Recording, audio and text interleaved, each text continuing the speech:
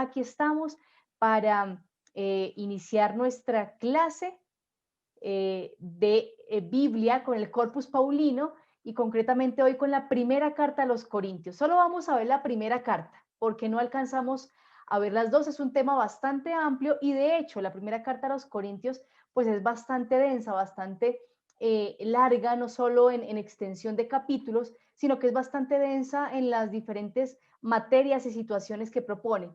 Por eso vamos a tratar de tocar hoy los temas más importantes y más relevantes de la carta que nos pueden ayudar pues a actualizar nuestra práctica pastoral y nuestra vida espiritual. Así que saludo en Facebook a María Torres, a Griselda Arteta y a todos los que ya están allí conectados. Victoria, Adriana María Calle, muy bien, y a todos los que ya están allí en conexión. Entonces, vamos a iniciar. Gracias, Margarita, por tus buenos deseos y que el Espíritu Santo me ilumine y nos ilumine a todos en este estudio que vamos a hacer. Federico, buenas tardes. Ney, muy buenas tardes. Y también Ney desde Facebook nos da un saludo a todos los compañeros. Carla María Zapata también. Nos damos las buenas tardes también para ti, Carla. Y bueno, entonces vamos a comenzar este fascinante mundo del estudio de la primera carta del apóstol Pablo a los Corintios. Como siempre, vamos a hacer nuestra oración para pedirle al Señor que nos ilumine y nos acompañe y nos dé la gracia de no solamente saber muchas cosas de la palabra, sino que nos ayude y nos enseñe a vivir la palabra. Cuando estamos en un curso de Biblia, lo importante no es conocer de una todos los libros, sino dejar que cada libro nos conozca. Y si nos llevamos tiempito, no importa, lo importante es gozarnos ese estudio y que lo podamos llevar a la práctica y a la vida. Así que para nuestra oración los invito a que oremos de la mano de María Santísima por las misiones, porque todo este estudio que hacemos de las cartas paulinas nos recuerdan ese carácter de bautizados, ese carácter de apóstoles, de enviados que tenemos a seguir anunciando las maravillas del Señor por todo el mundo. Así que digamos en el nombre del Padre, del Hijo, del Espíritu Santo. Amén. Oración por las misiones. Virgen y Madre María, tú que, movida por el Espíritu, acogiste al Verbo de la vida en la profundidad de tu humilde fe, totalmente entregada al Eterno, enséñanos a decir sí ante la urgencia que hoy en día es más imperiosa de hacer resonar la buena noticia de Jesús. Tú, Virgen de la escucha y la contemplación, Madre del amor, esposa de las bodas eternas, intercede por la Iglesia, de la cual eres el icono purísimo, para que ella nunca se encierre ni se detenga en su pasión por instaurar el reino. Estrella de la nueva evangelización, ayúdanos a resplandecer en el testimonio de la comunión del servicio, de la fe ardiente y generosa, de la justicia y el amor a los pobres, para que la alegría del Evangelio llegue hasta los confines de la tierra. Nuestra Señora del Santo Rosario, ruega por nosotros. Gloria al Padre, y al Hijo, y al Espíritu Santo, como era en el principio, ahora y siempre, por los siglos de los siglos. Amén. En el nombre del Padre, del Hijo, del Espíritu Santo. Amén.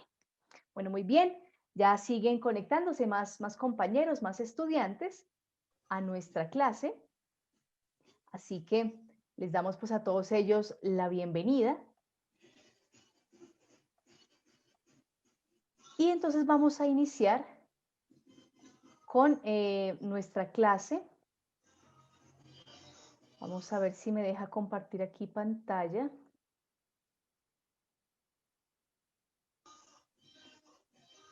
A ver.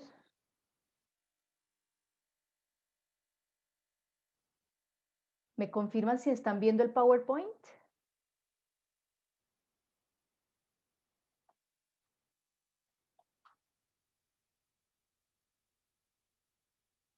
Sí, ahí ya lo estamos viendo. Perfecto. Muy bien.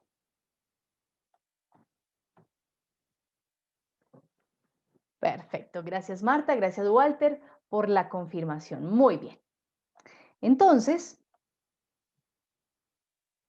esta carta es muy especial porque esta carta tiene tanto doctrina como asuntos de pastoral, como asuntos de vida comunitaria, como asuntos de liderazgo en la evangelización. Así que por eso les decía que la carta a los Corintios, la primera carta a los Corintios es bastante amplia, bastante densa y quizás no abarquemos en su totalidad todas las temáticas, pero quise hacer como una elección de las más pertinentes para nuestro estudio y para el momento vital que también vivimos como iglesia, que nos pueden ayudar muchísimo a refrescar y a fortalecer en nuestro crecimiento espiritual, nuestra vida pastoral y lógicamente pues nuestro conocimiento bíblico. Entonces, lo primero, ¿cierto?, que hacemos cuando nos adentramos a leer un nuevo libro de la Biblia, pues es conocerlo en su estructura.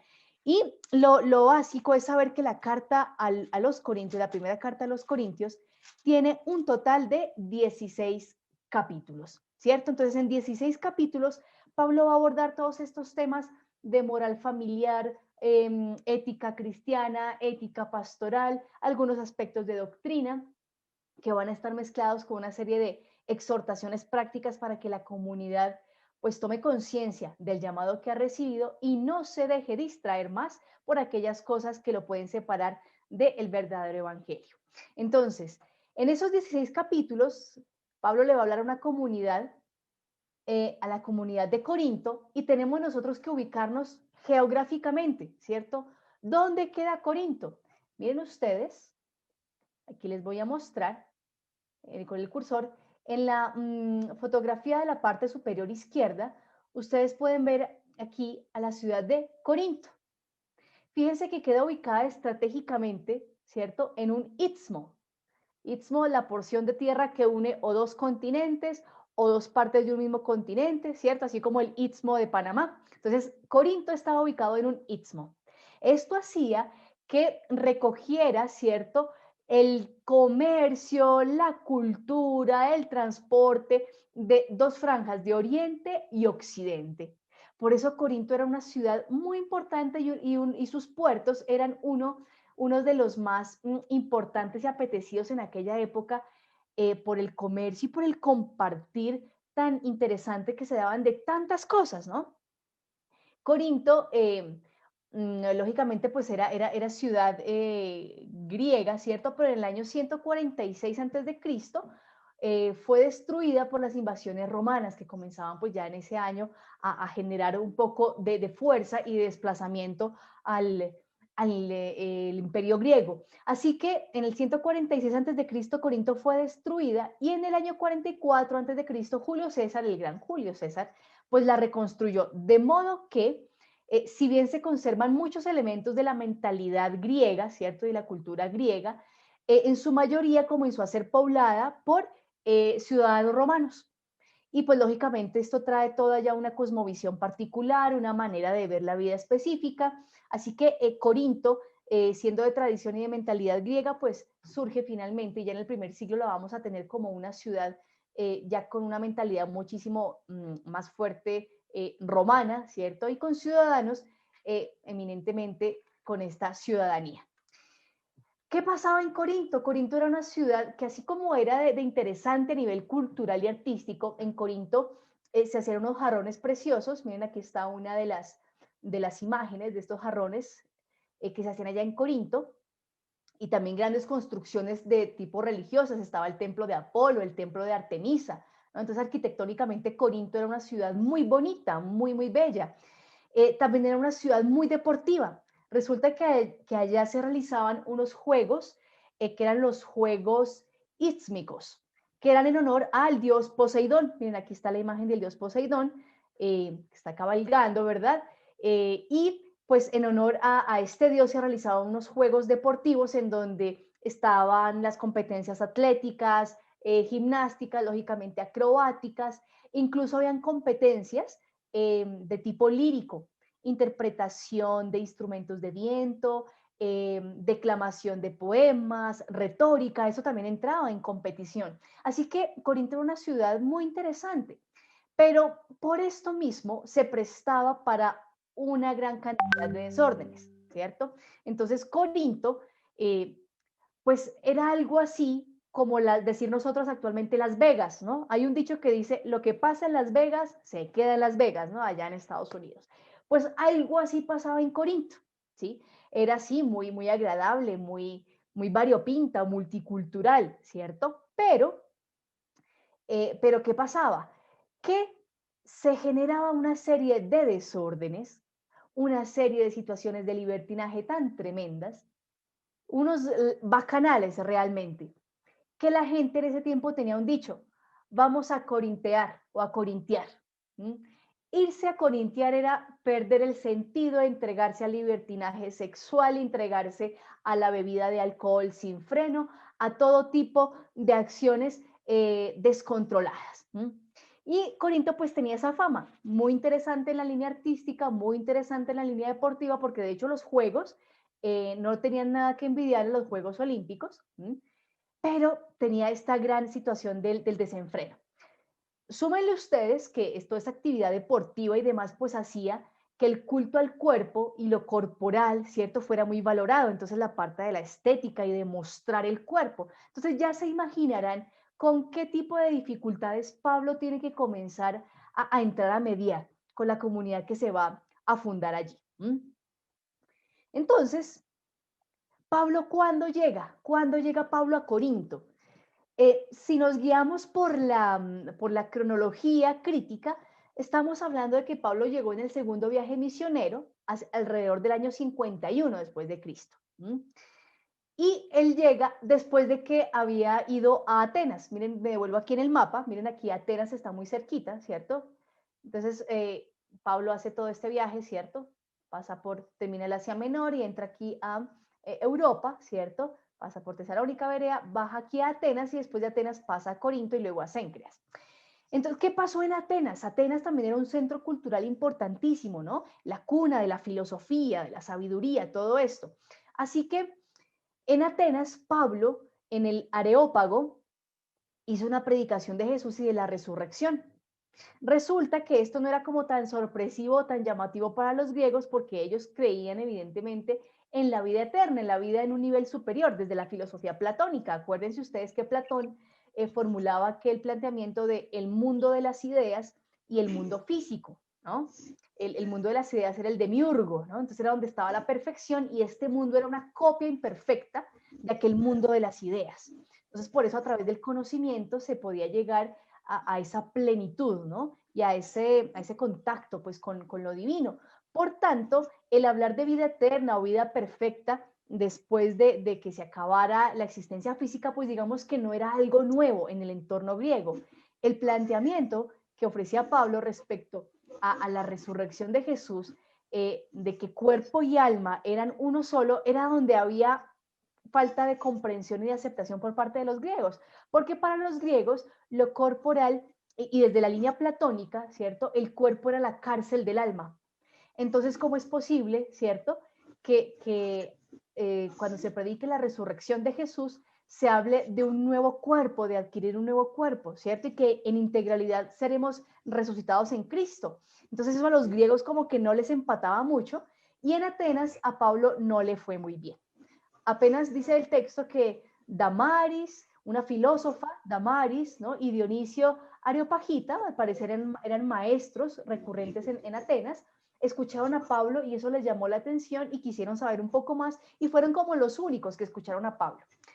De ahí que se diga que Pablo en Atenas recibió una gran lección, porque Pablo iba siempre orgulloso hablando del Cristo resucitado y la resurrección y haciendo énfasis en ello, en un Cristo victorioso.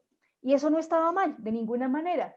Pero ¿qué pasaba? Que Pablo, digamos que estaba perdiendo un poco de vista la vulnerabilidad del Cristo, ¿cierto? ¿En dónde se refleja la vulnerabilidad poderosa del Cristo? En la cruz. Así que cuando Pablo se va de Atenas y llega a Corinto, llega con un chip diferente. Claro, voy a hablar de Cristo resucitado, pero el Cristo que resucitó es el mismo Cristo que estuvo crucificado, que fue crucificado para redención nuestra. Y entonces encontramos un Pablo muchísimo más humilde allí en Corinto. Si ustedes se fijan, en el capítulo 1, versículos 2, 3 de la carta a los Corintios, Pablo expresa eso. bueno, esta es la bienvenida, ¿cierto? La bienvenida que da Pablo en Corintios 2:3 y dice, y me presenté a vosotros débil, tímido y tembloroso, apoyando mi palabra y mi predicación, no en persuasivos discursos de sabiduría, sino en la demostración del Espíritu y de su poder, ¿no? Y ahí en 1 Corintios capítulo 2, versos 3 y 4, aquí Pablo nos dice esto. Y esto que él diga que llegó a ellos débil, tímido y tembloroso, implica que Pablo llegó con la lección aprendida en Atenas, ¿no? Tenemos que anunciar a un Cristo y un Cristo crucificado, y que Cristo crucificado está vivo y ha resucitado. Por eso Pablo va a tener siempre en mente la cruz, ¿no? Ahora, si seguimos la lectura de Hechos de los Apóstoles en los capítulos 17 y 18, nos van a contar un poco de la misión de Pablo en aquel lugar, en Corinto, y nos va a decir que hubo confrontación en aquella ciudad con los judíos que estaban presentes allá. Recuerden ustedes que cuál era el modus operandi, digámoslo así, de Pablo. A las poblaciones que llegaba Pablo, buscaba las sinagogas, buscaba los lugares de concentración judía para anunciarles a ellos primero la buena nueva. Y de ahí partía a los gentiles. Así que en Corinto hubo una confrontación con algunos de los judíos porque si bien algunos le creyeron y se unieron a Pablo, ¿cierto? Hubo otros que comenzaron a sentir envidia porque Pablo estaba reuniendo a gran cantidad de gentiles, ¿cierto? Y de algunos judíos en torno a la fe en Jesús. Así que los judíos arman un motín bastante complicado en Corinto y esto genera la confrontación y el choque. Esto hace que Pablo desista de mantener el diálogo con los judíos presentes en Corinto y él se dedica netamente a la evangelización de los gentiles. ¿Quiénes conformaban la comunidad cristiana de Corinto? Personas provenientes de la gentilidad, quizás algunos judíos, ¿cierto? También, pero la posición socioeconómica de ellos sí era variada. Habían unos muy ricos y habían otros muy pobres. Y esto se va a notar muchísimo cuando Pablo les va a echar en cara el cómo están celebrando la cena del Señor, porque allí en vez de acortar distancias, se están abriendo brechas al interior de la comunidad. Entonces, este es el panorama general, digámoslo así, de la comunidad de Corinto.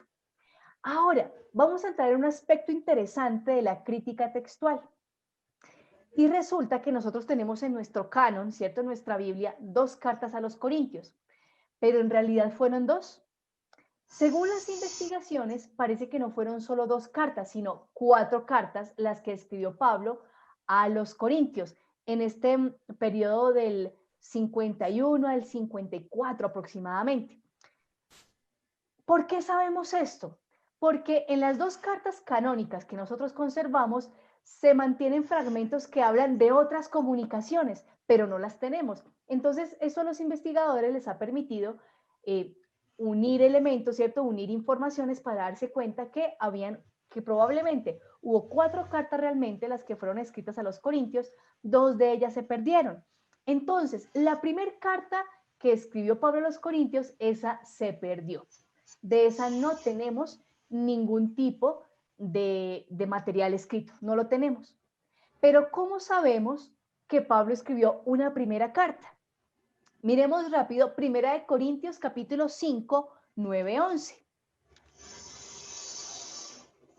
Dice el texto, ahí les doy el espacio para que lleguen al capítulo 5. Entonces, capítulo 5, versos 9 a 11, dice así: al escribiros en mi carta que no os relacionarais con gente inmoral, no me refería a los inmorales de este mundo en general, o a los avaros, ladrones o idólatras. De ser así, tendríais que salir del mundo. No, os escribí que no os relacionarais con quien, llamándose hermano, es inmoral, avaro, idólatra, difamador, borracho o ladrón. Con esos ni comer. Bueno, más allá de la controversia que después la analizaremos, fíjense que Pablo dice, al escribirles en mi carta, ¿no? Dice en el verso 9. Y en el verso 11 repite, no, os escribí que tal cosa. Entonces eso quiere decir que hubo una carta antes, ¿cierto? De la carta que nosotros tenemos como primera carta a los Corintios. Entonces, como tal, lo que nosotros llamamos como primera carta a los Corintios sería la segunda carta que Pablo escribió. Les repito, la primera probablemente se perdió, no se disponen. de copias o de testigos de aquella primera carta. Entonces, la segunda carta que Pablo escribe a los Corintios sería la que nosotros tenemos actualmente hoy como la primera. Y esta primera carta que estoy hablando de la carta que nosotros tenemos en nuestras Biblias, es en respuesta a algunas cosas que no quedaron claras en la primera o en lo que llamaríamos nuestra carta A. Bien. Ahora, entre la segunda carta o la carta B, ¿cierto? Que sería nuestra primera carta a los Corintios, pero la carta B y la carta D, lógicamente hay un lapso de tiempo y hay una serie de situaciones que quedaron plasmadas en una carta C o en una tercera carta. Y de esta tercera carta tampoco tenemos nosotros registro, no tenemos copia. Sabemos de su existencia por referencias en la segunda carta a los Corintios. Ahora, si tenemos referencia de esta tercera carta en la segunda carta a los Corintios, la que está en nuestras Biblias, quiere decir que esta segunda carta a los Corintios, que está en nuestras Biblias, realmente sería la cuarta carta. ¿Me hago entender? Así que las cartas A, B, C y D se escribieron entre el periodo del año 52 al 54. La primera, que sería la carta A, y la tercera, que sería la carta C, se perdieron y nos quedaron la carta B y la carta D, que hoy las conocemos a la carta B como primera carta a los Corintios y a la carta D la conocemos como segunda carta a los Corintios. ¿Qué pasó entonces o qué motivó, cierto, que se escribiera la carta C? Resulta que Pablo visitó a la ciudad de Corinto después de que escribió, cierto, esta carta B. Y cuando Pablo está en medio de los corintios, al parecer no hay una muy buena correspondencia entre la comunidad y Pablo, porque había una serie de divisiones, habían algunos que no querían aceptar el planteamiento paulino en ciertas cosas de la moral corporal, de la moral familiar, ¿cierto? Entonces hubo discrepancias y hubo choques. Entonces Pablo en esa carta C va a escribir que se sintió dolido, de que no se sintió bien recibido cuando estuvo en medio de ellos. Y esa carta C los estudiosos la van a llamar como la carta de las lágrimas, en donde encontramos de pronto una alusión a esta carta C. Vamos rápidamente a la segunda carta a los Corintios, en el capítulo 2, versículos 1-4. Entonces miren lo que dice allí. Segunda carta a los Corintios, capítulo 2, 1-4. En mi interior tomé la decisión de no volver a visitaros si eso había de causaros tristeza. Entonces fíjense que ahí nos está diciendo que antes de esta carta, de esta carta D, ¿cierto? Hubo una visita. Que sería lógicamente antes de la carta C. Porque si yo os entristezco, ¿quién podría alegrarme? Sino el que se ha entristecido por mi causa, es decir, solo ustedes me pueden alegrar. Entonces, si yo voy y les causa tristeza o enojo, eso me produce también a mí tristeza, entonces mejor no voy y nos seguimos comunicando por carta para que estemos más cómodos nosotros, ¿no? Verso 3 dice, y si os escribí aquello, fue para que no me entristeciesen a mi ida, precisamente los mismos que deberían procurar mi alegría, pues estaba convencido de que mi alegría y la vuestra deberían coincidir. Verso 4, efectivamente, os escribí tremendamente afligido y con el corazón angustiado. Incluso lloré, pero no lo hice para entristecerlos, sino para que se dieran cuenta de lo mucho que los quiero. Entonces, al parecer, esta carta se estuvo muy cargada de emociones, de afectos encontrados, ¿no? En el que quizás Pablo, al son de una serie de correcciones, ¿cierto? Que había mandado en su carta B, y que cuando fue a visitar quizás no vio materializadas, pues se va con tristeza de quizás la pugna que hubo con la comunidad, de las discrepancias, ¿no? Y se va dolido, Pablo se va muy dolido, y cuando está en Éfeso, ¿cierto? Porque Pablo después de pasar a Corinto y Cencreas va a Éfeso, y estando allá en Éfeso es cuando visita por un momento a los corintios, no le va bien en esa visita y se devuelve. Y estando en esta de vuelta, él escribe esta carta C. Dice incluso el texto, ¿no? Con lágrimas. Evidentemente tuvo que haberles escrito cosas muy fuertes, Pablo, a la comunidad, para que lograran entrar nuevamente en comunión, para que estuvieran de un mejor ánimo.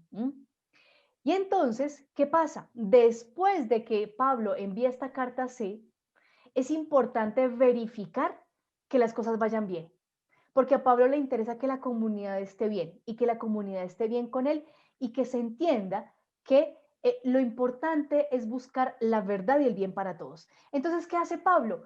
Pablo envía a Tito, a su colaborador Tito. Y Tito entonces eh, funciona como una especie de intérprete entre Pablo y la comunidad, más que intérprete, como mediador. Entonces Tito va a decir, miren muchachos, lo que pasa es que Pablo lo que quiere decir es esto y esto y esto, porque si ustedes persisten en este tipo de comportamientos, no van a dar buen testimonio. Si ustedes persisten en tales tipos de pensamientos, pues están dañando a ustedes mismos. Entonces Tito va a ser como el mediador. Y gracias a que Tito hace una excelente labor de reconstruir la amistad entre Pablo y la comunidad, de zanjar las diferencias, de aclarar las dudas, es que a su retorno a Éfeso, Tito le dice a Pablo, mira, ellos te quieren mucho, ya entendieron, ya comprendieron tu punto de vista, tú entiendes también que ellos están pensando esto y esto y esto, entonces Pablo también adquiere un mejor ánimo y por eso Pablo escribe la carta de, para decirle que está muy contento de que hayan tenido esos buenos sentimientos para con él y le explica que él varias veces había querido volver, pero no había podido y que por eso envió a Tito. Bueno, en fin, esto para que ustedes noten que la correspondencia que Pablo sostiene con las comunidades no es una correspondencia de tipo burocrática, ¿no? O para asentar situaciones de autoridad, de peso, no. Es para ayudar a crecer a la comunidad y para seguir fomentando la amistad. Para eso son estas cartas. Entonces, fíjense que de las dos cartas, de las 4 cartas que escribió Pablo a esta comunidad de Corinto, solo nos quedó el registro y nos quedaron copias de 2 de ellas, de la segunda y de la cuarta, que nosotros hoy conocemos como primera carta a los Corintios y segunda carta a los Corintios, respectivamente. Muy bien. Esta última carta de los Corintios, que sería la segunda carta en nuestro canon, fue escrita en Macedonia, hacia el año 57 o hacia el año 58 aproximadamente. Entonces, fíjense, desde el año 51 que Pablo llega a evangelizar a Corinto, ¿cierto? Se establece la comunidad, pasan alrededor de 7 años, ¿cierto? 6, 7 años, y en esos 6, 7 años hay toda esta situación tan dramática que se vive, este compartir de correspondencias, pero sobre todo el interés porque la comunidad se sienta amada y se sienta respaldada por aquel que ha aportado a su evangelización. Entonces, ya teniendo un poquito más de claridad respecto a la escritura de todas estas cartas, ¿cierto? Vamos a mirar las temáticas principales de la primera carta a los Corintios. Y me gustaría que ustedes tuvieran la Biblia allí abierta, ¿cierto? Y que vayan siguiendo conmigo los capítulos que vamos a seguir estudiando. Bien, entonces, una primera temática de la carta a los Corintios es la llamada a la unidad. Qué pena con ustedes, me faltó aquí una A, llamada a la unidad. ¿Qué pasaba en la comunidad? Imaginémonos que la carta A, que se perdió, ¿cierto? Estaba planteando una serie de dificultades graves en la comunidad. Y eso generó en que hubiesen pequeños grupos en la comunidad, ¿cierto? Eso llega a oídos de Pablo, porque recuerden ustedes que misioneros iban y veían y habían comentarios, ¿cierto? Y como los cristianos ya estaban comenzando a notarse un poco más, entonces si algún cristiano hacía una cosa indebida o llamativa, pues eso cundía rápidamente, el chisme, ¿no? Cundía rápidamente. Entonces Pablo se comienza a enterar de una serie de cosas, ¿no? Y por eso en la carta les escribe a ellos qué está pasando. Y hay una división porque hay simpatías con ciertos líderes y hay ciertas tendencias, es decir, la comunidad o la iglesia en Corinto se estaba dividiendo por simpatías con los líderes que estaban evangelizando. Entonces, si ustedes miran en 1 Corintios 1, 10, 13, ¿sí? Es con lo primero que comienza Pablo, después del saludo, ¿cierto? Después del saludo tan bonito que hace Pablo en los versículos 1 al 9 de la carta. Fíjense que en el verso 10 dice, os exhorto, hermanos, en nombre de nuestro Señor Jesucristo, a que seáis unánimes en el hablar, y no haya entre vosotros divisiones, a que estéis unidos en una misma forma de pensar y en idénticos criterios. Miren, aquí va el chisme, verso 11, capítulo 1, verso 11. Lo digo, hermanos míos, porque los de Cloé fueron a contarle a Pablo, me han informado de que existen discordias entre ustedes. Cuando hay situaciones difíciles en las comunidades, ¿cierto? Digamos que hay situaciones de situaciones. Hay unas que se notan, pero digamos que no son tan graves y se pueden subsanar. Y digamos, uno dice, bueno, esto es normal por tal circunstancia, qué sé yo, por diferencias de edad o de pareceres o de procedencia, pero eso se subsana. Pero hay otras cosas que no son tan habituales y que escandalizan y que generan impacto. Y tal serían las situaciones que se estaban viviendo en la comunidad de Corinto, que los de Cloé se ven obligados a hablarle a Pablo, mire, allí está pasando esto, esto y esto. Dice, me refiero, Pablo en el verso 12, a que cada uno de ustedes anda diciendo, yo soy de Pablo, yo de Apolo, yo de Cefas, yo de Cristo. ¿Está dividido Cristo? Y es que al parecer, en la comunidad de Corinto, como estaban, después de que Pablo se fue de Corinto para seguir evangelizando, ¿quién asumió el rol evangelizador allí? Apolo, ¿sí? Y Apolo era un judío que se convirtió al cristianismo, pero Apolo se formó en Alejandría, allá en Egipto, ¿cierto? Y era una persona supremamente sabia en las escrituras. Pero como se formó en Alejandría, tenía una cosmovisión y una manera, ¿cierto?, de estudiar y de expresar la verdad bíblica muy al estilo de los griegos. Entonces, muy al estilo intelectual, muy con esto del aspecto de la filosofía y la sabiduría griega, ¿cierto? Y al parecer, eh, este predicador Apolo había sido discípulo del Bautista, parece, o estuvo muy cercano a los círculos del Bautista. ¿Por qué lo decimos? Porque recuerden ustedes que en Hechos de los Apóstoles, cuando Apolo se encuentra con Priscila y Áquila, ¿cierto? Él les dice que solo conocía, el texto dice que él solo conocía el bautismo de Juan, no conocía el bautismo en el Espíritu. Así que muy probablemente él estaba asociado o conocía algunos elementos de la predicación de Juan el Bautista, pero estaba evidentemente formado en la fe en Jesús y pues con toda la ayuda que recibió de Priscila y Áquila, pues él estaba ya muy enfocado y en la labor que estaba haciendo con los corintios pues era muy buena, muy interesante. Pero entonces habían algunos que comenzaban a decir, uy, pero a mí me gusta más como habla Apolo, está más interesante su postura, su filosofía, claro, es que esto es esto es de mentalidad, esto es de algo racional. Y quizás se iban, ¿cierto? Más por la figura de Apolo que por lo que enseñaba Apolo y más aún por cómo Apolo les mostraba a Cristo. Entonces se dejaban llevar por la figura externa del líder, algo así como pasa en nuestras comunidades, que a veces la figura del sacerdote o de la religiosa, ¿no? En los colegios o también en las parroquias que las hermanas colaboran, o del laico líder, muchas veces en las comunidades se van por la figura, por la persona. Y si cambian a esta persona, si trasladan al sacerdote, si cambian a la hermanita, si cambian al líder laico, entonces la comunidad se desbarata, porque la comunidad se asocia entonces es al líder, a la persona, pero no se asocia a Cristo. Eso estaba pasando respecto a Apolo. Otros estaban más en la línea paulina, del estilo de la predicación de Pablo, de los postulados, de la forma en que él observaba y planteaba el crecimiento eclesial. Entonces, había otros que decían, no, yo no me voy con Apolo, yo escucho es a Pablo. Y había otros que decían, no, yo me voy es con Cefas, o sea, con Pedro. No hay evidencia histórica y es muy poco plausible, muy poco posible que Pedro haya predicado en Corinto. Pero el hecho de que diga Pablo aquí, que digan algunos que son de Cefas, corresponde probablemente que han llegado algunos judíos, algunos, perdón, cristianos judaizantes, hablando un poco también de la línea petrina, y entonces algunos dirán, no, pues es que yo me voy con Cefas porque es que Cefas sí fue testigo ocular, o sea, Cefas conoció a Jesús, Cefas escuchó a Jesús, y Cefas, pues es uno de los grandes líderes allá en Jerusalén y en otros lugares, entonces yo más bien me voy con Cefas porque Cefas es un testigo autorizado. Entonces, habían muchos que por eso mismo tenían recelo con Pablo y con Apolo, porque Pablo y Apolo pues no fueron testigos oculares, no conocieron a Jesús físicamente, entonces tenían cierto recelo. Entonces, la comunidad estaba muy, muy, muy dividida, ¿no? Y entonces Pablo les va a decir esto: ustedes por qué andan diciendo que es que yo soy de Apolo, yo soy de Pablo, yo soy de Cefas. ¿Acaso Cristo está dividido?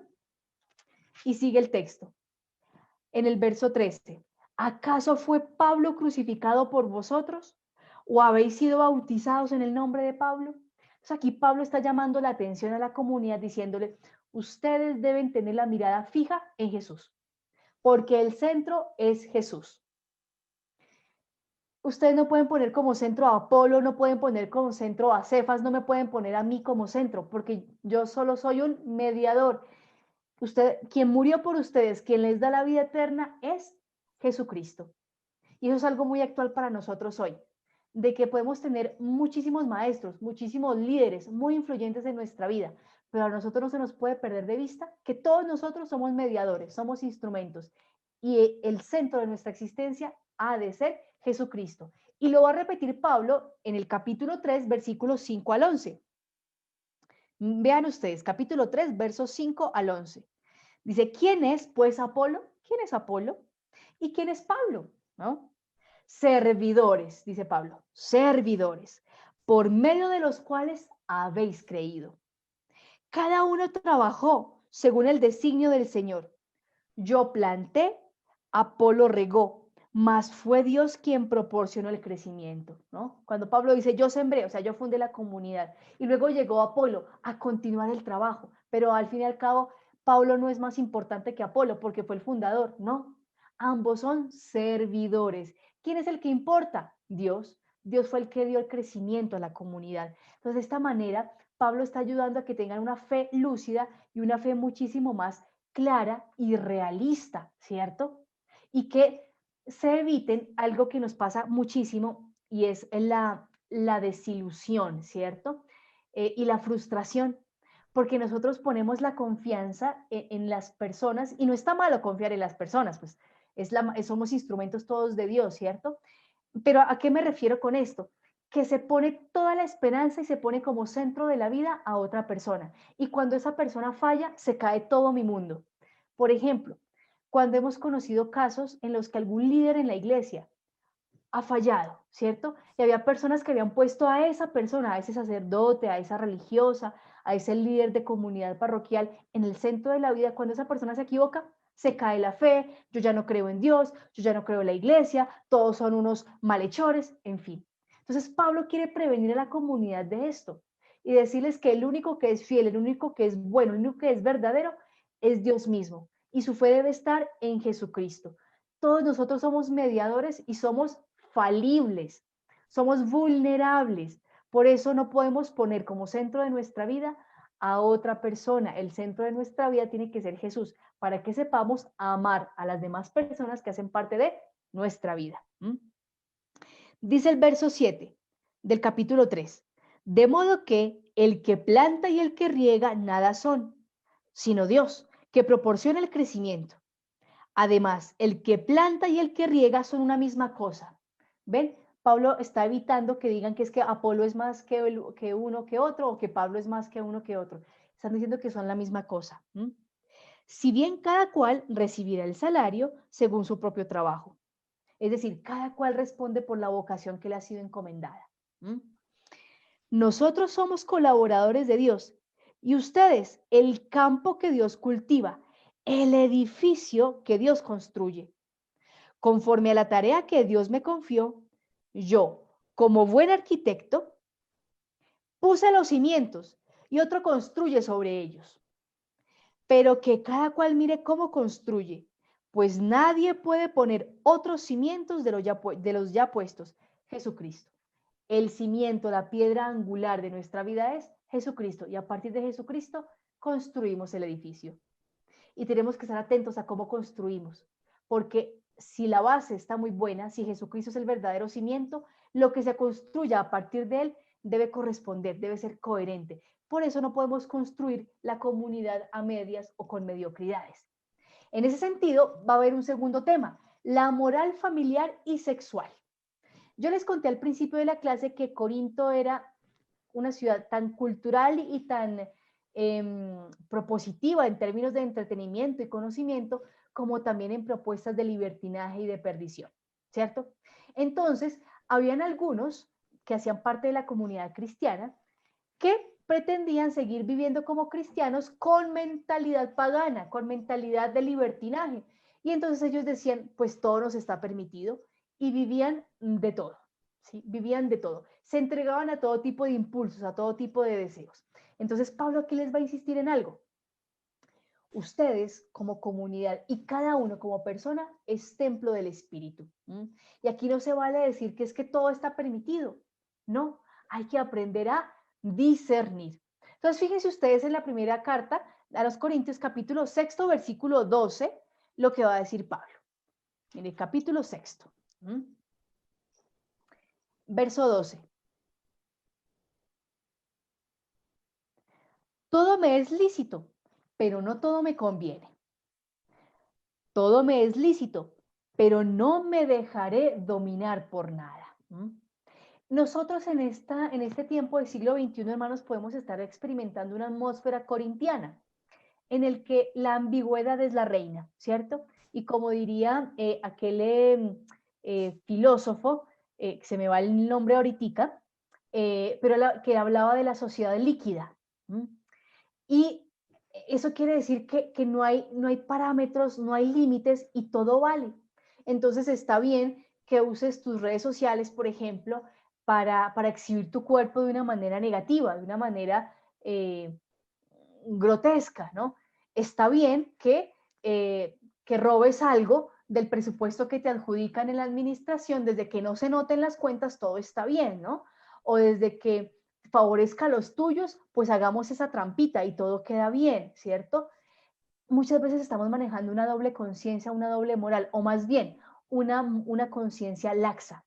Entonces, este consejo aquí de Pablo nos llega muy al corazón, porque si bien a nosotros nadie nos está diciendo no haga, no haga, no haga, no haga, no todo nos está permitido.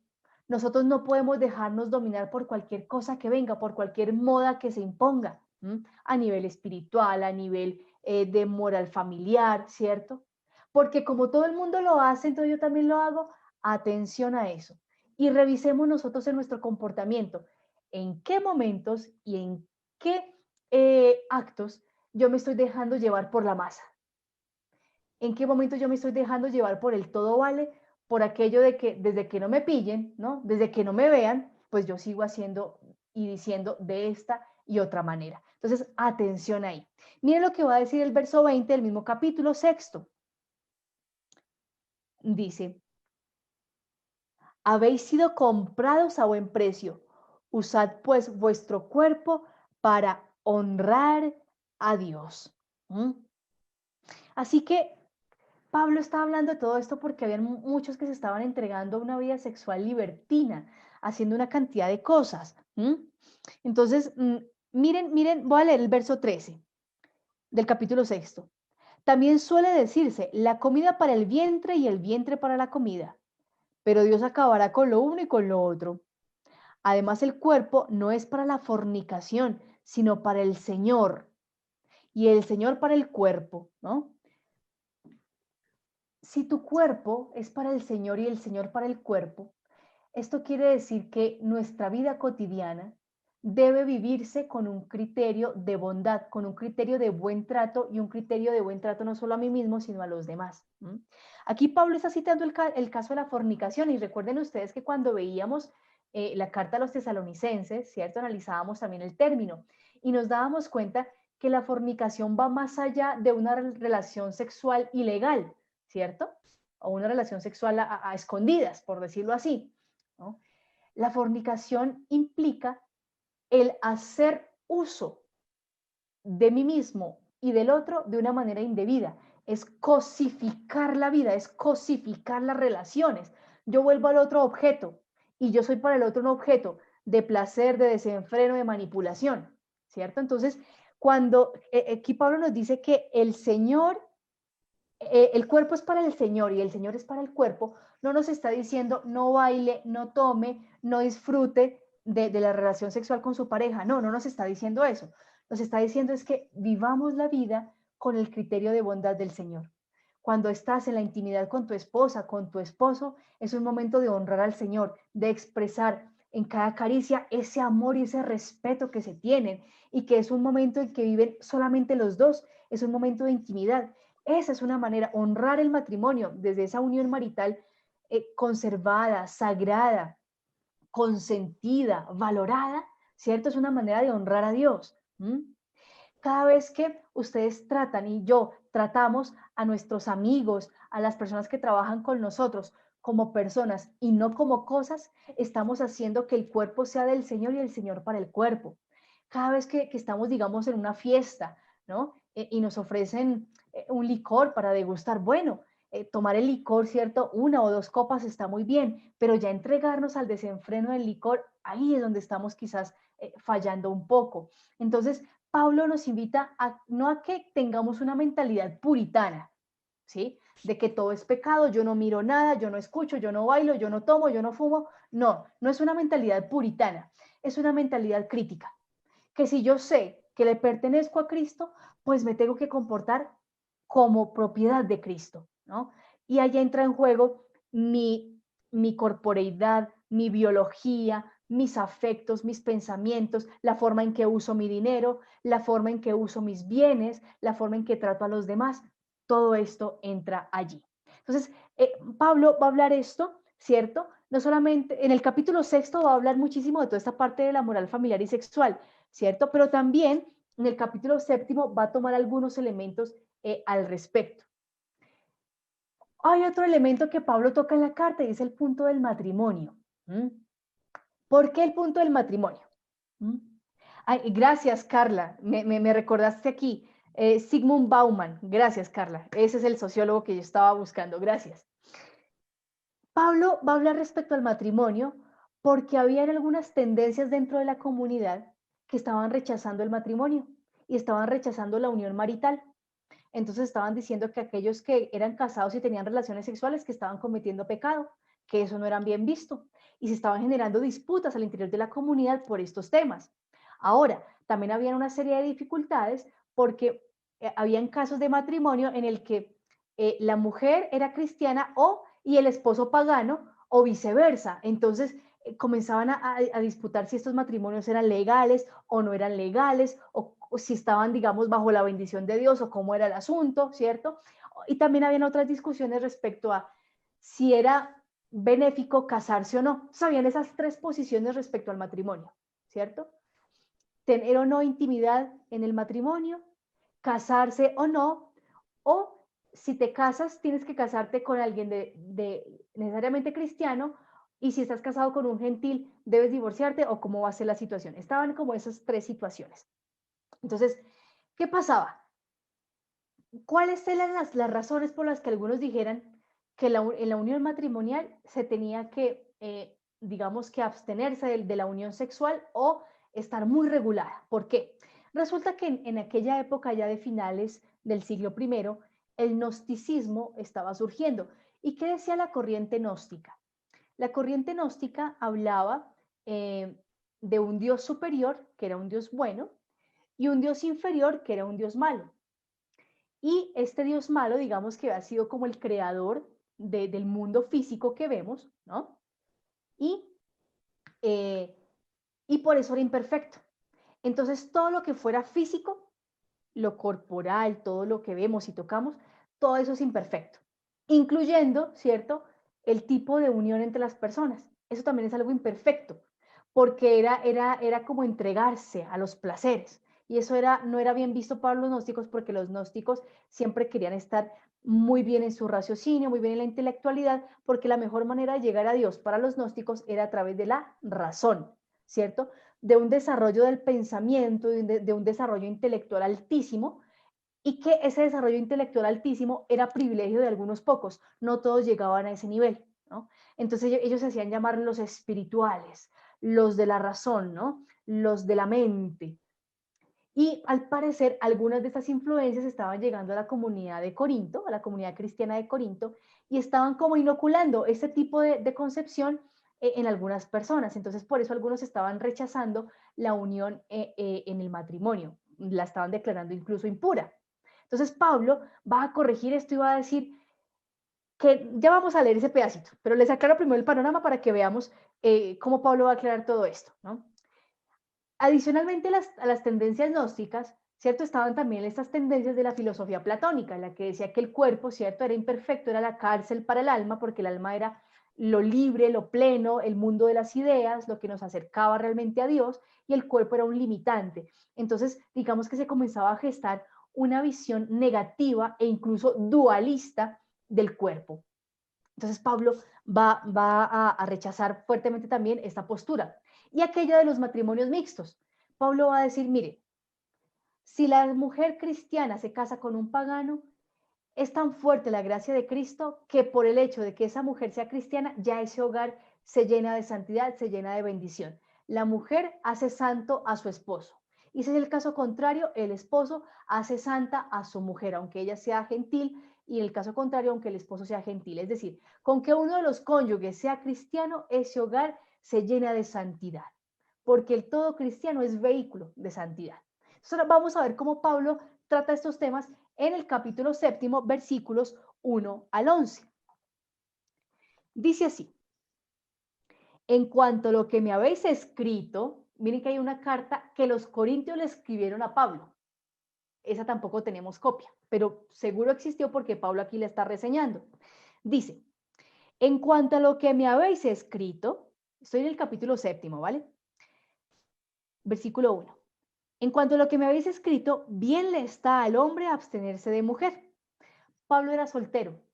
Entonces Pablo decía, pues así uno es más libre porque no tiene que pensar en que me voy de misión y mis hijos quedan sin mí un buen tiempo, porque para Pablo era importante que la unidad familiar se mantuviera, ¿cierto? Entonces Pablo va a decir, yo con mi trabajo pues no puedo estar atento a una familia, entonces por eso es mejor mantenerme solterito. Eso, palabras más, palabras menos, es lo que va a pensar Pablo, ¿no?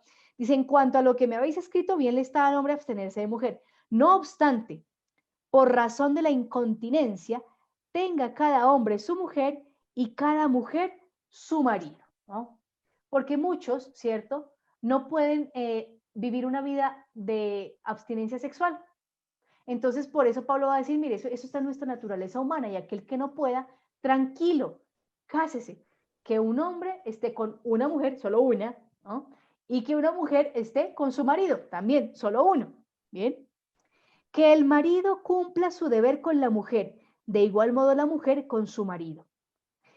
Mire lo que dice el verso 4. La mujer no dispone de su propio cuerpo, sino el marido. Igualmente, el marido no dispone de su propio cuerpo, sino la mujer. Aquí Pablo está resaltando que en el matrimonio, mujer y hombre asumen, digámoslo así, el ser dueños del otro, pero en un buen sentido. No es el ser dueño en un sentido de dominio, sino en un sentido de responsabilidad y de cuidado. O sea, así como cuando me encomiendan a mí algo para que yo lo haga crecer, lo cuide. Entonces, de esa manera es que Pablo está diciendo que el cuerpo de la mujer le pertenece al esposo, ¿cierto? Y el cuerpo del esposo le pertenece a su mujer. ¿Mm? Miren qué bonito. Miren el verso 5 y donde se va a aclarar lo que yo les decía de las influencias gnósticas y platónicas. No os neguéis el uno al otro, a no ser que lo hagáis de mutuo acuerdo y por cierto tiempo, para entregaros a la oración. Entonces Pablo aquí está diciendo, bueno, si ustedes quieren llegar a un acuerdo de una castidad en el matrimonio, bueno, hágalo, pero que sea un acuerdo de los dos, que no sea una imposición de él o una imposición de ella, sino que sea de un acuerdo, porque así como hay acuerdo para unirse en la relación sexual, también debe haber un acuerdo para, digamos, postergarla y dejarla un tiempo, ¿cierto? Pero fíjense que Pablo dice que eso tiene un fin, ¿cierto? Para entregaros a la oración.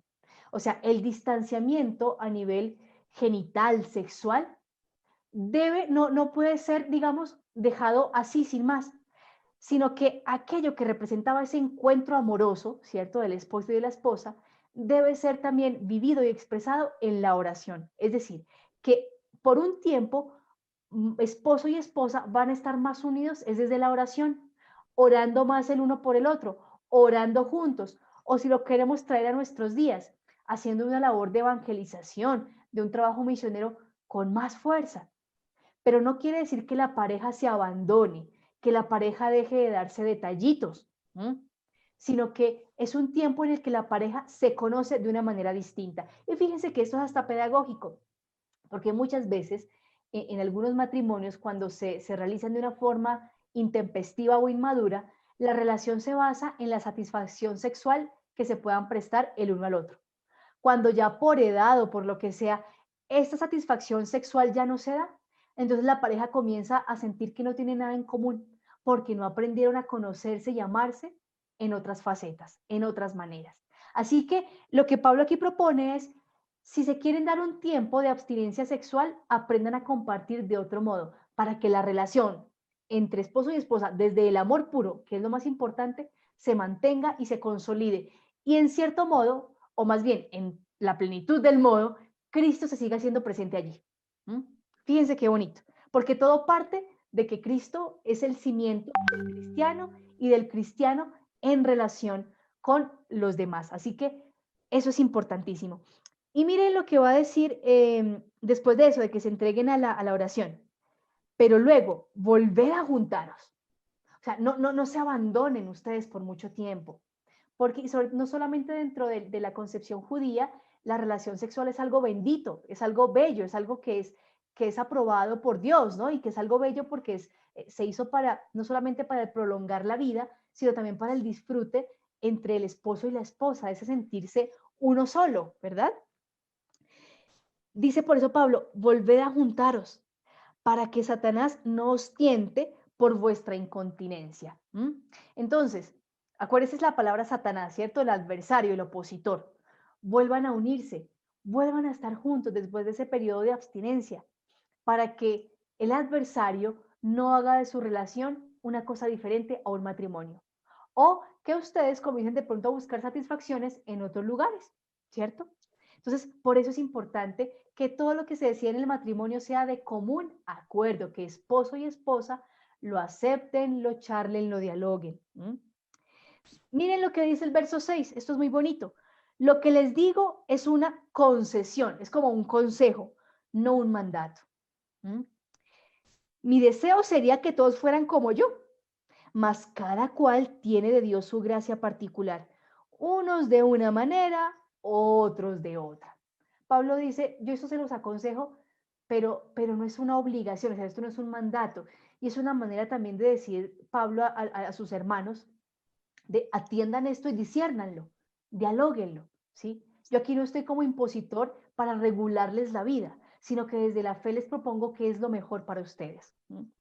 Y dice el verso 8, no obstante, digo a los solteros y a las viudas que estaría bien que se quedasen como yo.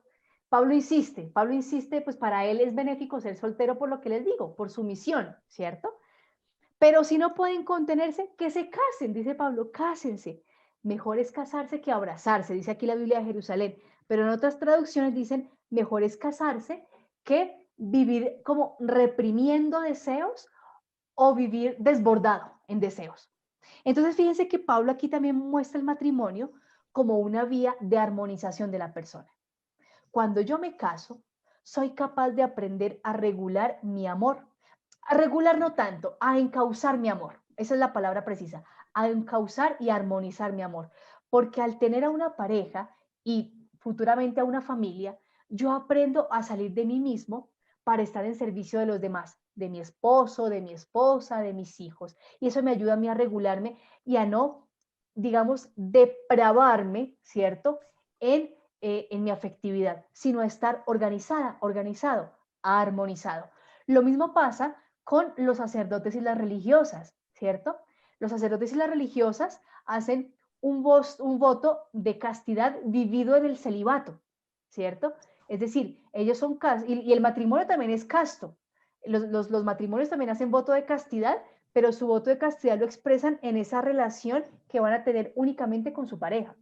En el caso de los religiosos y los sacerdotes, ellos hacen voto o promesa de castidad en el caso de los sacerdotes y lo expresan con una vida célibe. se abstienen de tener familia, se abstienen de tener una pareja, ¿cierto? Pero la misión, ¿cierto? Y la opción de vida ayuda a que ellos armonicen también su forma de expresar el amor. Así como el matrimonio nos ayuda a que nuestras pasiones estén reguladas al tener un canal de expresión, lo mismo pasa con el religioso y el sacerdote.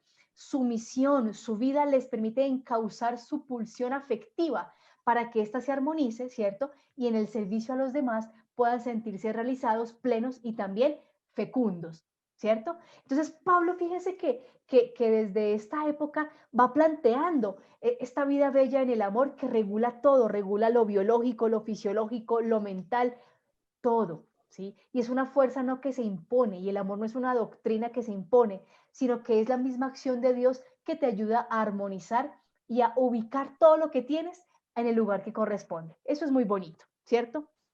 Bien, hay un caso importante de moral familiar que no quiero dejar pasar por alto, y es en el capítulo 5. Si ustedes tienen subtítulos en sus Biblias, en la mía, en Jerusalén, dice el caso del incestuoso. En ustedes podrá tener, digamos, otro subtítulo. Y fíjese, Pablo, cómo dice en el capítulo 5. Por todas partes se oye hablar de una inmoralidad que se practica entre ustedes y que no se da ni entre los gentiles. Imagínense eso. Se dice que uno de ustedes vive con la mujer de su padre. Probablemente, ¿cierto? Se trate o bien de una de las concubinas, que en ese tiempo se acostumbraba a eso, ¿no? Una de las concubinas del padre o con la madrastra, ¿bien? No sería con la madre biológica, con la madre natural, porque eso incluso era condenado por la ley romana. Entonces, la mujer de su padre puede estar aludiendo o bien a una de las esclavas o las concubinas o a la madrastra. Y dice el verso 2 del capítulo 5, y ustedes andan tan ufanos en lugar de hacer duelo para que fuera expulsado de entre ustedes el autor de semejante acción. Aquí Pablo, ¿qué está diciendo? Ustedes aplauden la vulgaridad del otro porque eso les parece chiste, eso les parece gracioso, les parece, ay, ahí está pintado ese fulanito, vamos a inventarnos el nombre. Como es por allá de Corinto, digamos que se llama, qué sé yo, Marco, digamos, se llama Marco, por decir algún nombre. Ay, ahí está pintado el Marco ese, ¿no? Tan galante, ese es un Don Juan, mírenlo, mírenlo. Y entonces, en vez de llamar a Marco y decirle, oye, lo que estás haciendo no es correcto, lo aplauden, le alcahuetean, ¿cierto? Y en ciertos círculos, a veces más, más laxos, pues hasta le encubren la falta. Y eso, hermanos, a nosotros también nos puede estar pasando hoy, que hay ciertas cosas inmorales, realmente terribles, y nosotros nos parece chiste y lo aplaudimos. Que alguien salga haciendo, qué sé yo, propagandas de todo tipo, ¿cierto? Con todo tipo de provocaciones y alusiones, incluso los mismos chistes de mal sentido en nuestro entorno parroquial o en nuestro entorno religioso, para burlarnos del cuerpo de las mujeres, del cuerpo de los hombres, ¿no? Todo comienza por cosas pequeñitas y para nosotros es chiste y para nosotros, eso lo dejamos pasar, ¿no? Pero de chiste en chiste, de broma en broma, se va llegando a forjar una conciencia laxa hasta el punto de que terminamos aplaudiendo una cantidad de cosas que no van con nuestra fe, ¿cierto? Por simpatías, por evitar problemas, y nos estamos volviendo cómplices de cosas terribles. Entonces Pablo aquí les está diciendo eso a los hermanos, les está diciendo ustedes se están sintiendo orgullosos de una cosa mal hecha en vez de sentir compunción y de corregir a su hermano. Entonces dice, pues bien, yo que estoy corporalmente ausente, pero presente en espíritu, he emitido ya mi juicio como si estuviera allí. Y entonces Pablo va a decir algo muy fuerte. Aquí Pablo va a decir algo muy fuerte, ¿no? Y va a decir que este hombre sea expulsado de la comunidad, que este hombre no haga parte de la comunidad. Nosotros hoy en nuestra pastoral no podemos tomar decisiones tan tajantes, ¿cierto? Entonces, aquel que comete un error, lo sacamos de la comunidad y listo. No. Tenemos que aprender a persuadir a la persona que está en el mal camino para que retome el camino correcto.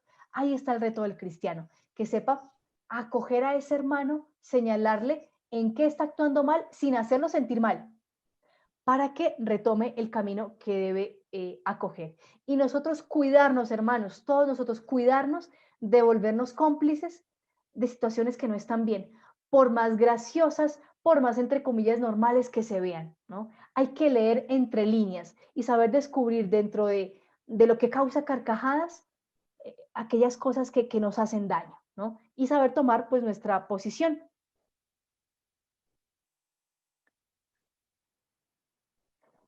Marta, no sé si me puedes repetir la transmisión. No sé si en Facebook, los que están en Facebook, ya están viendo la transmisión normal. ¿Me confirman, por favor? Bien. Ahora, hay otra situación también en la carta a los Corintios, es el papel y el rol que cumplen las mujeres y los hombres en la asamblea, sus roles del liderazgo. ¿Mm? Entonces, nosotros no podemos olvidar, ¿cierto?, que la vida en la comunidad está permeada por la cultura y la vida religiosa, la vida espiritual está permeada por la cultura. Y esto pasaba también pues en la comunidad de Corinto. Entonces, habían cosas que desde la fe se podían ejercer, pero que quizás eran censuradas a nivel social, concretamente con la participación pública de las mujeres en la enseñanza y en el liderazgo. En el entorno judío no era habitual que una mujer liderara, que una mujer enseñara, ¿sí? Eso no era habitual. Listo, gracias por el reporte, gracias.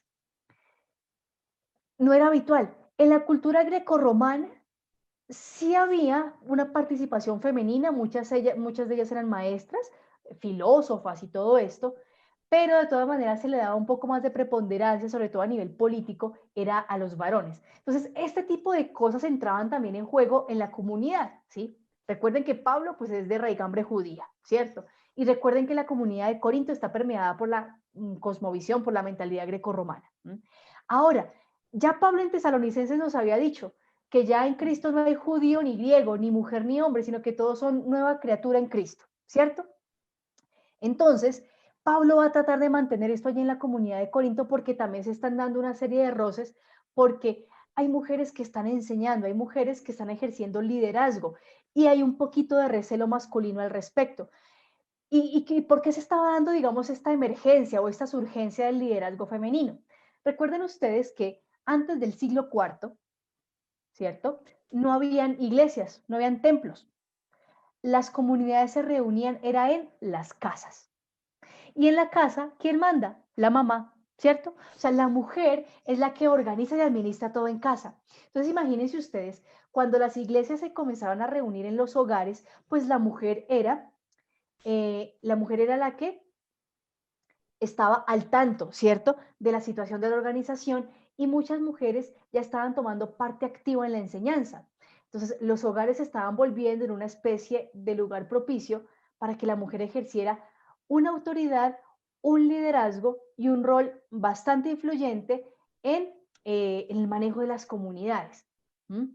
Pero ya les digo, esto era porque la iglesia comienza a surgir en estos ambientes de casa, en estos ambientes domésticos.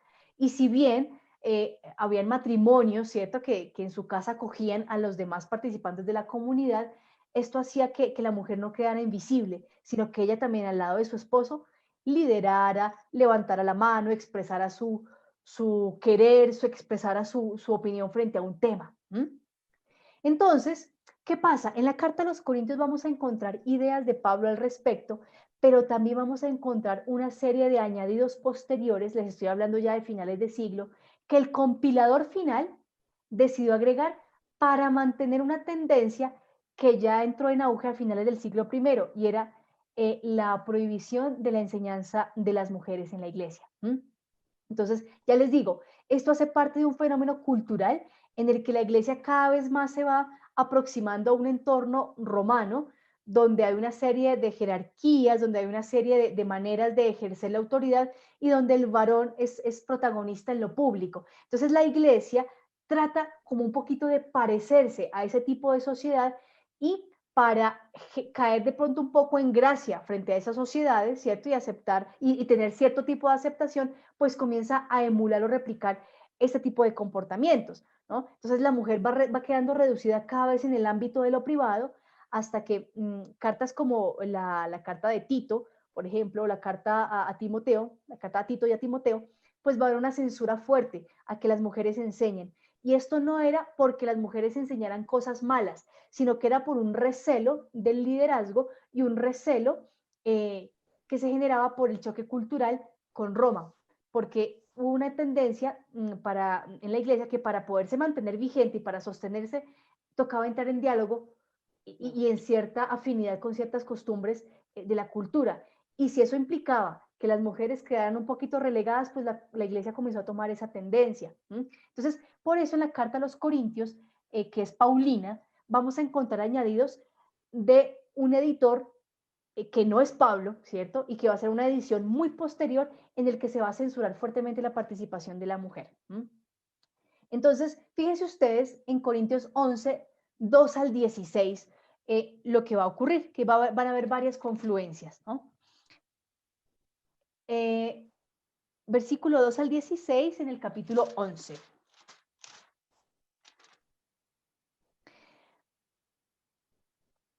Dice esto: os felicito porque en cualquier circunstancia os acordáis de mí y porque conserváis las tradiciones tal como os las he transmitido. Sin embargo, quiero que sepáis que la cabeza de todo hombre es Cristo, que la cabeza de la mujer es el hombre y que la cabeza de Cristo es Dios. Esto hace parte de la cosmovisión judía israelita, ¿cierto? Digamos como de los órdenes, ¿no? Entonces, para esta concepción judía en aquella época, lógicamente primero estaba Dios, luego estaba el varón y después del varón estaba la mujer, ¿no? Porque se hace una interpretación del texto de Génesis en la que como la mujer fue creada después del varón, entonces es inferior a. Pero Pablo más adelante va a hacer una corrección de esa interpretación. Pero lo comúnmente que se manejaba entre las personas era eso, que la mujer era inferior al varón.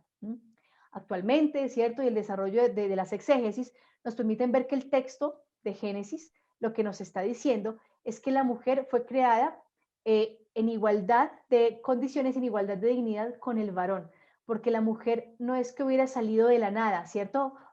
Sino que desde el principio, cuando se crea el ser humano, están hombre y mujer, pero el varón aún no ha sido capaz de visibilizar a la mujer, así que cuando el texto dice que el Señor sacó del costado, que Dios sacó del costado del hombre o del varón a la mujer, lo que está diciendo es que la sacó de atrás y se la puso al frente para decirle, ustedes dos forman humanidad, no se pueden abandonar el uno al otro. Eso es lo que realmente el texto de Génesis quiere decir.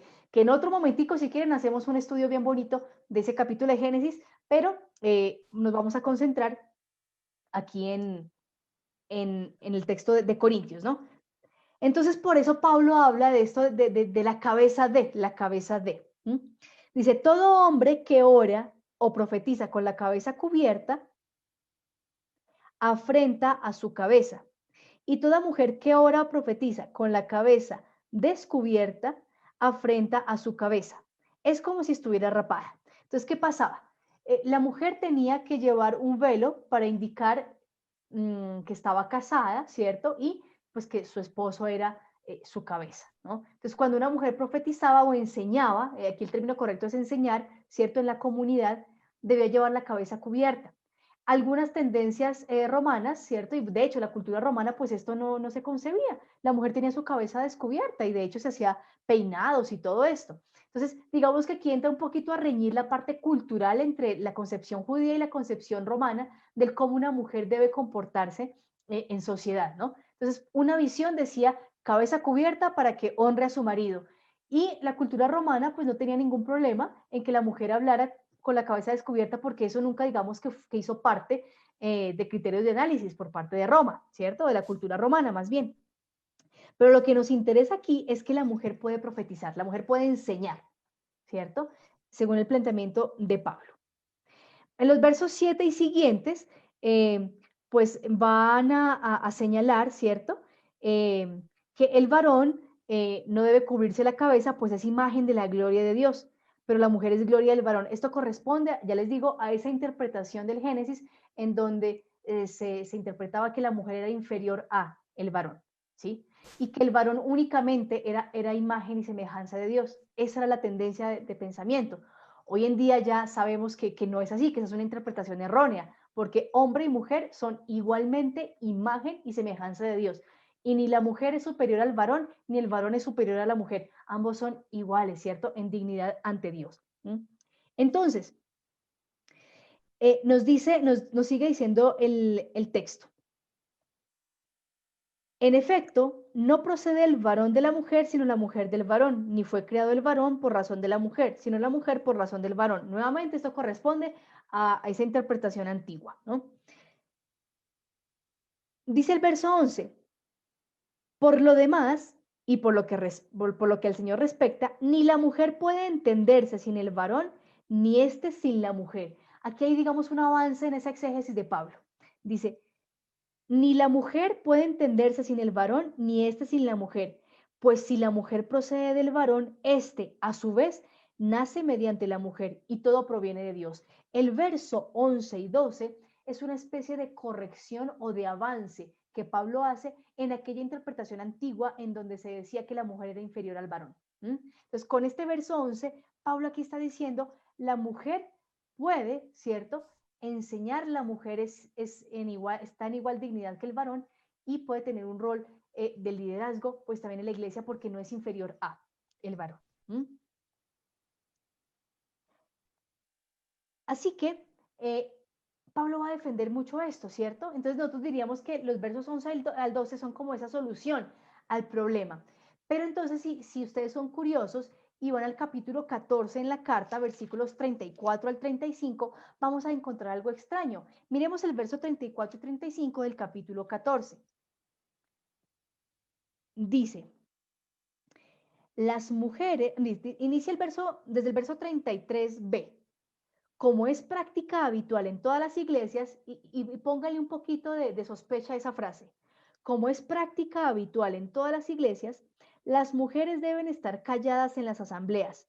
No les está permitido tomar la palabra. Deben permanecer sumisas, como dice también la ley.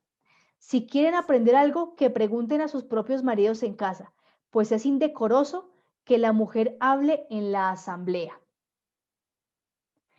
Entonces estos versos decimos, uy, esto ya no nos suena tan bonito a como sonaban los versos 11 y 12 del capítulo 11.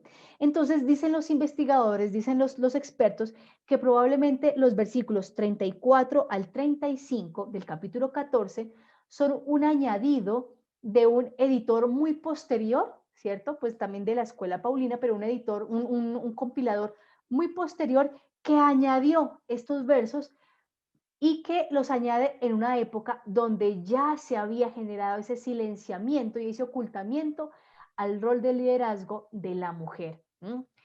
Y fíjense que yo les decía que pusieran atención en esa frase, que es un poquito capciosa, como es práctica habitual en todas las iglesias. Para el tiempo de Pablo, ¿cierto? Nosotros no podemos hablar de uniformidad eclesial. De hecho, hablar de iglesia propiamente dicho, podemos hacerlo hasta el siglo segundo, ¿sí? Principios o mediados del siglo segundo, donde ya hay una organización, una institucionalización muchísimo más evidente. Antes, en el siglo primero, tenemos una iglesia que se está construyendo, que es muy variada, muy variada, muy diversa. Así que no podemos hablar de costumbres uniformadas en la iglesia. Así que esta expresión que dice, como es práctica habitual en todas las iglesias, corresponde a una expresión más bien de finales del siglo primero, años 90, años 100, que de esta época es que datan las cartas de Tito y de Timoteo, donde hay un juicio fuerte a las mujeres que enseñan y a las mujeres que se reúnen a estudiar juntas.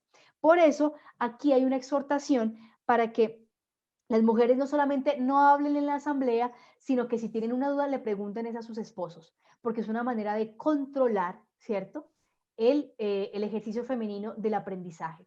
Entonces, esto digamos que va en contra incluso de lo que Jesús mismo planteó, ¿cierto? Porque Jesús planteó un camino de seguimiento abierto para todos, en igualdad para hombres, en igualdad para mujeres, donde hombres y mujeres tienen los mismos derechos y deberes de enseñar y de aprender. Así que posturas como estas de los versos 34 y 35 son posturas de una fracción de la iglesia en aquella época que no consideraba a la mujer digna de participar activamente del ministerio de la evangelización, ¿cierto?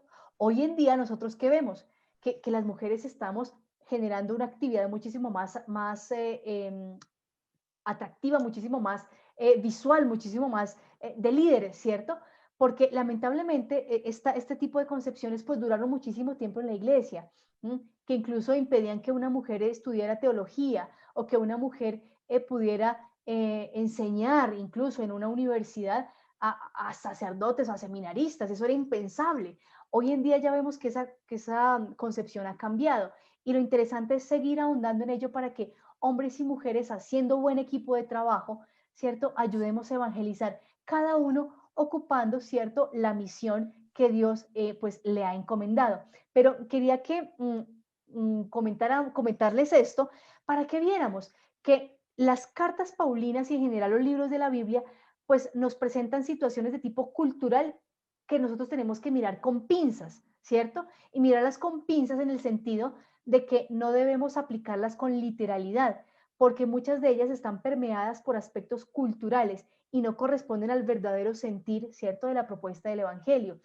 Por eso, si nosotros vemos que en la vida de Jesús se incluyeron mujeres discípulas, ¿cierto? Y mujeres como María de Magdala, mujeres muy líderes, ¿cierto?, en el cristianismo primitivo, posiciones que traten de cerrar y posiciones que traten de silenciar a cualquiera, hombres o mujeres, ¿no? Pero posiciones que traten de silenciar, eso no son posiciones del Evangelio.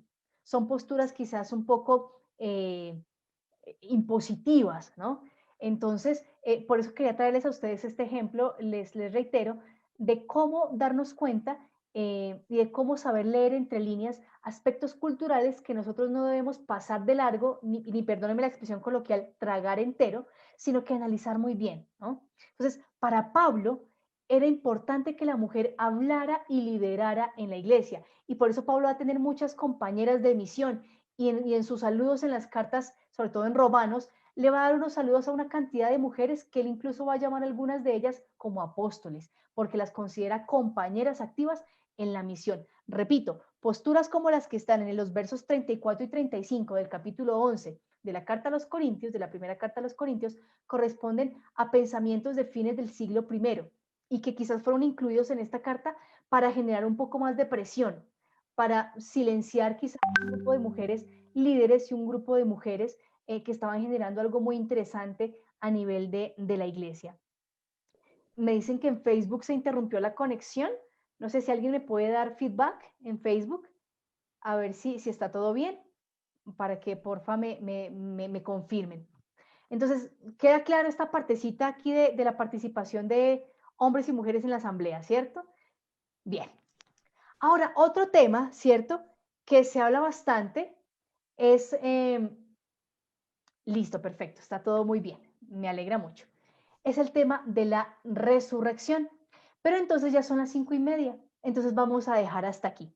Entonces yo les voy a dejar a ustedes de tarea que lean el capítulo 15 de la primera carta a los Corintios.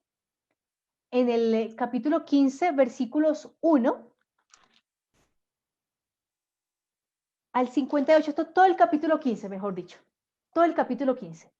Y vamos a darnos a la tarea de entender cómo Pablo describe la resurrección. A grosso modo, Pablo va a decir, la resurrección ustedes no pueden esperar que sea que vamos a revivir con este mismo cuerpo, porque eso se llama como resucitación del cadáver. Pablo va a decir, eso no es la resurrección. La resurrección es otra cosa y por eso va a decir, ustedes siembran un cuerpo corruptible y resucita uno incorruptible, ¿no? Y va a decir, ustedes cuando siembran una semilla, no les van a salir muchas semillitas igualitas, igualitas, sino que le va a salir es un árbol, ¿cierto? Una cosa diferente. Y para eso la semilla tiene que podrirse, tiene que morir, ¿cierto? La cascarita de la semilla para que pueda dar el brote de la planta que es. Entonces Pablo va a tratar de describir así la resurrección para que se entienda que la resurrección es guau, eso es una vida impresionante, es una nueva manera de ser y de estar en Dios. Es adquirir un cuerpo distinto, una corporeidad distinta, una relacionalidad distinta. Eso lo va a tratar de decir Pablo, pero se los dejo a ustedes de tarea, ¿bien? capítulo 15, versículos 1 al 58, es decir, todo el capítulo 15. Lo vamos a leer y lo vamos a meditar. Y en la otra clase, pues vamos a terminar la primera carta a los Corintios y vamos a abordar algunos elementos de la segunda carta. Como ya abordamos las partes de comunidad y año en que fueron escritas, elaboradas y todo esto, pues va a ser un poco más ágil y podemos concentrarnos en los temas teológicos, ¿cierto? Entonces, la tareita que me lean capítulo 15 y dentro de 8 días vemos esto y vamos a ver también el himno al amor, el himno de Corintios 13 para que cerremos toda nuestra temática de Corintios, la primera carta a los Corintios. Claro, Adriana, si Ana María, tú me puedes ayudar ahí en el chat. Esperen, yo hago aquí una cosita. Más bien voy a hacer una cosita. Voy a poner aquí una diapositiva nueva. Miren, yo pensé que iba a acabar todo el tema, pero no me dio el tiempo. Si ven, es que la palabra de Dios es profundísima. Tarea, leer capítulo 15 de la primera carta a los Corintios. Listo, Adriana, mira, ahí está la tarea. Ahí está la tarea. Leer capítulo 15 de la primera carta a los Corintios. Esa es la tareita. Leerlo todo. Todito el capítulo 15, ¿listo? Y aquí en clase vamos a mirar bien ese capítulo 15 respecto a la resurrección y terminamos la primera carta a los Corintios y también estudiamos unos elementos clave de la segunda carta a los Corintios. Entonces, parece que hay un problemita con la señal en Facebook. Pero ya vamos a volver. Entonces a todos ustedes, muchísimas gracias por su atención. Nos veremos Dios mediante en 8 días. Vamos a seguir pues con todo este estudio de... Juliana, Dios la bendiga. Amén. Y María la conserve. Amén, Antonio. Muchísimas gracias. Muy bien. Juliana, gracias, Juliana. Bueno, con todo gusto, con todo Muchas cariño. gracias. Que esté muy bien. Bueno, amén, nos veremos. Desde la orilla del Mar Caribe, Juliana, te invito. Bueno, vamos a ver cuándo podemos ir. Los invita a todos para hacer la salida pedagógica de la escuela bíblica. Bueno, vamos a